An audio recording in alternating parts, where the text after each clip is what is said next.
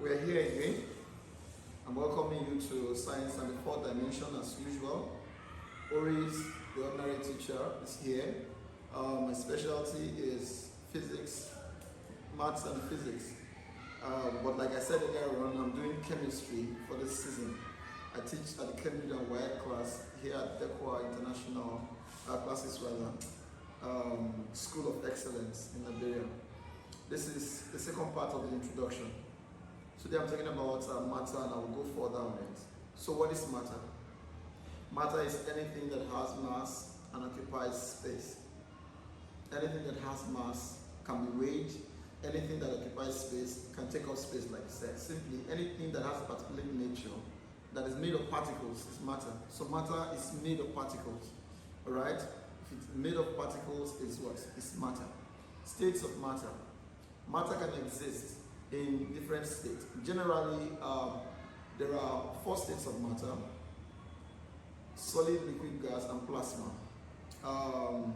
However, the one that is mostly talked about is just solid, liquid, and gas, and that's where I'm going to focus on today. You see, when a solid is changing to liquid, or liquid to solid, liquid to gas, gas to liquid, gas to plasma, those are the names of the processes. Like I said, my emphasis today is going to be on solids, liquids, and what now, and gases. All right. Change of state of matter. Okay. 2 effects, among others, of the application of heat or removal of heat from matter is change in temperature or change of state. Application of heat can cause change in temperature, can cause change of state, among other effects that you can have. It's important to remember that for pure substances, any substance that is pure, both processes are mutually exclusive.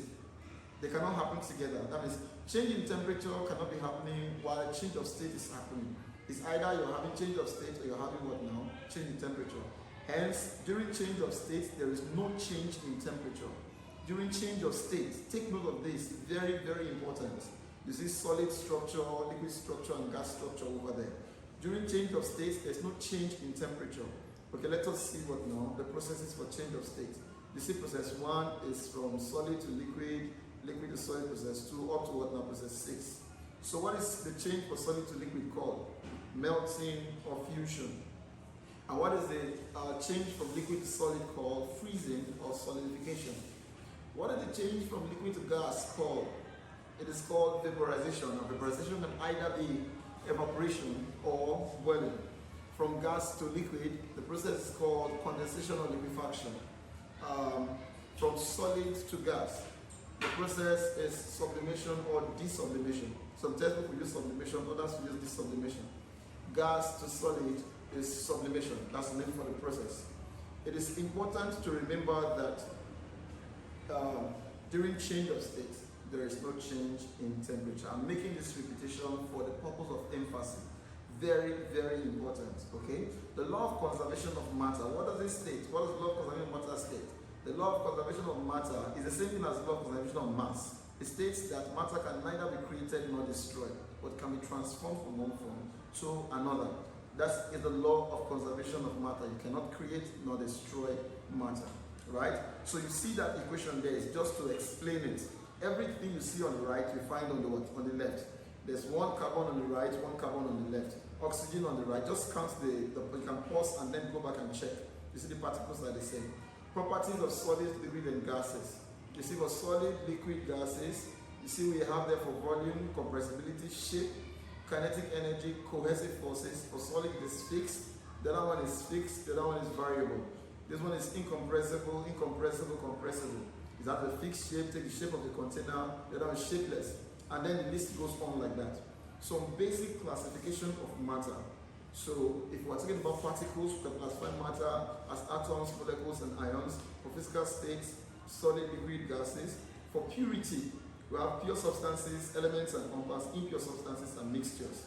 Alright? Physical and chemical change. What is physical and chemical change? Matter undergo both physical and chemical changes. So what is a physical change? Right? Physical change is easily reversible and no new substances are formed. Take note of this. What is a chemical change?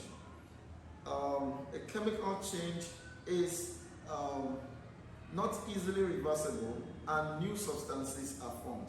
You see, chemical change versus physical change. Examples are given there. Combustion, rotting, all that for chemical change. Melting, shredding for physical change. Like I said, you can pause the videos and then just go through them. See more examples for physical change. You can see them there. Breaking of glass, chopping of wood, cutting of hair, dry ice, sublimation, boiling of water, breaking of egg, melting of ice, folding of paper, and all that. See some more examples here. Crushing of a can, melting of ice cube, I've said that before, boiling of water, mixing sand with water, and all this, all of them there, what now? They are physical changes, examples actually of physical changes. What about examples of chemical change? More examples of chemical change. I have things like burning of wood, rotting of fruit, baking a cake, rusting of metal, using a battery, digestion, souring, and all of that. All those things are what now? The examples of chemical changes. So what's the difference between a physical change and a chemical change? Physical change is easily reversible, chemical change is not easily reversible. One, no new substances formed, the other one, new substances are formed. There's no change in mass. There's usually change in mass for chemical change. There's no large amount of heat change except during change of state.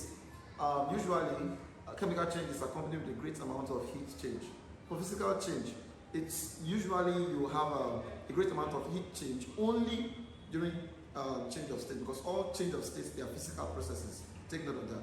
Take note, elements and compounds are products of chemical change. Elements and compounds are products of chemical change.